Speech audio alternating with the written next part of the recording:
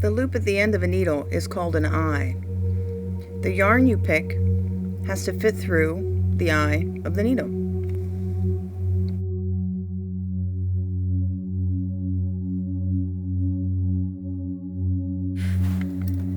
If you use a little piece of Post-it note folded in half, you can more easily thread the needle. Put your yarn in the fold and pinch the ends together. Slide the ends of the Post-it note through the eye of your needle. If you give them a little tug, the yarn will come through.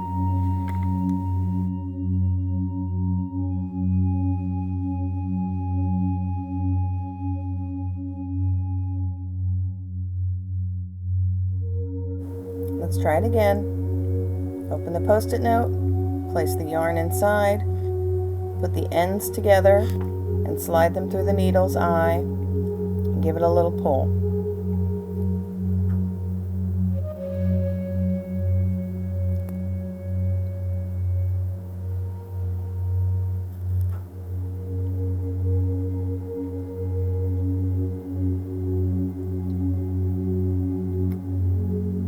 You might have to cut the Post-it note down to fit the eye of the needle that you decided to use.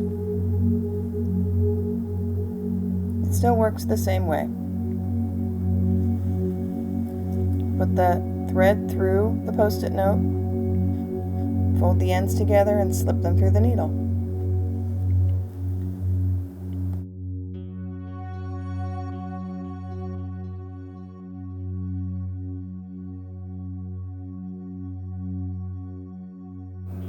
Now let's tie a knot at the end. Make a loop and slip the tail into the loop.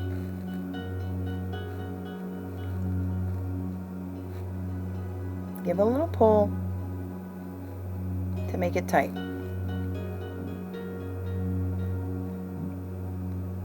Do this twice to make a nice strong knot.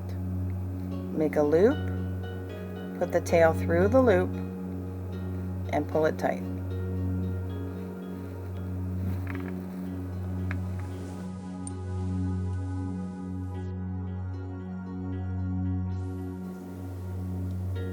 Since we're going to make little characters, you're going to need 2 pieces of fabric. Start by putting your needle through one side so that it goes through both pieces of fabric. Now you're going to bring the needle back to the original side, and you're always going to go in one direction. The needle will always start on the same side of your fabric. This is called a whip stitch.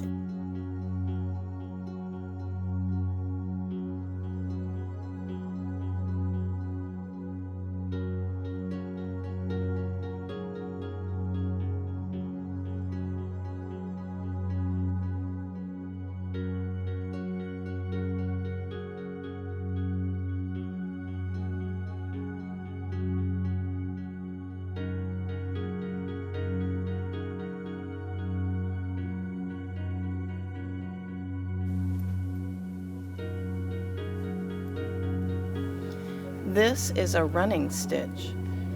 Instead of going around the edges when you sew, this time you're only going to go in and out on the same side. Sew through the back to the front, then put your needle in the front and come back to the back. Just watch, it will make more sense.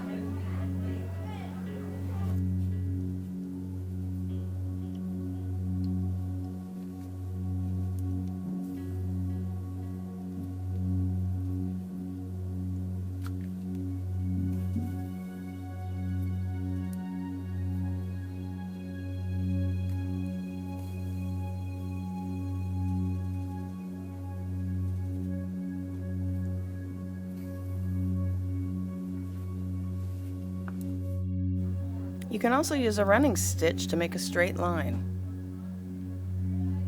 This time, when you make all of your stitches, you're going to take a small step backwards instead of moving forward. When I turn the project over to the back, I'll insert it just like I've done before. This time on the front, instead of moving ahead with your needle like we did on the lower row, you're going to move back. and you'll insert right in that little section where the last stitch has ended. This will create a straight line. It doesn't have to be a straight line, you can also create a curve.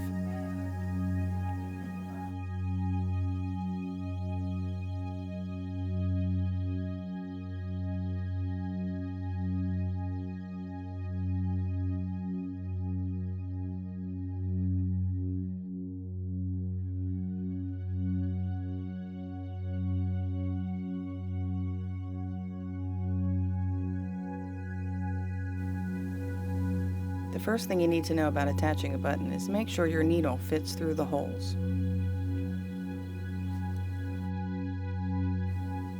This button has 4 holes, so I'm going to attach it using a crisscross. You have a knot on the end of your thread, put your needle through the fabric where you want the button to go, and work across to make a plus sign in the center of the button.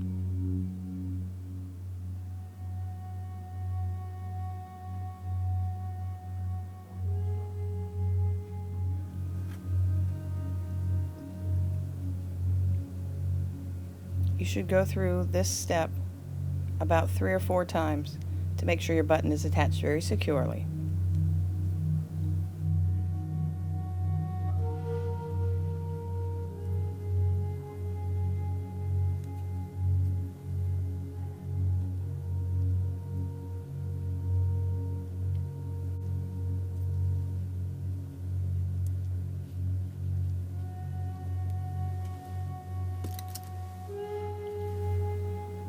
If the button only has 2 holes, you're just going to sew back and forth.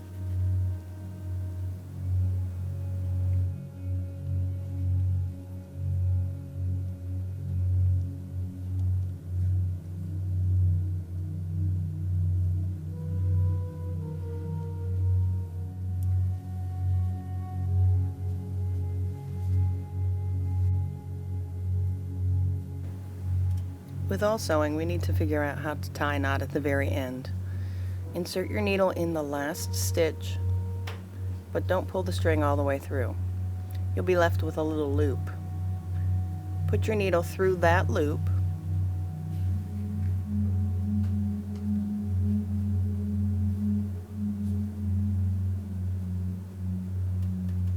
and then pull the string tight. You should do this 2 times. Go under the previous stitch,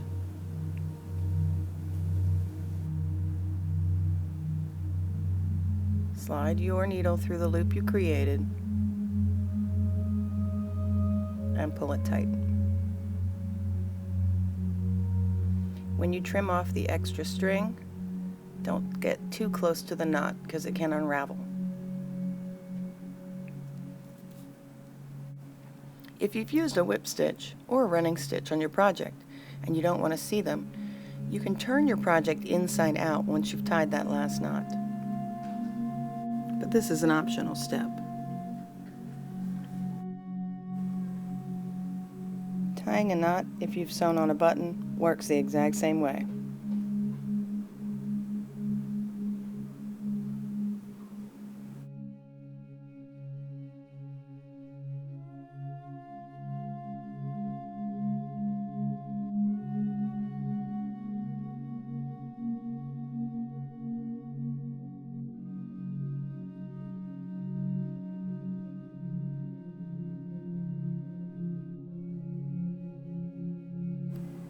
That's the basics.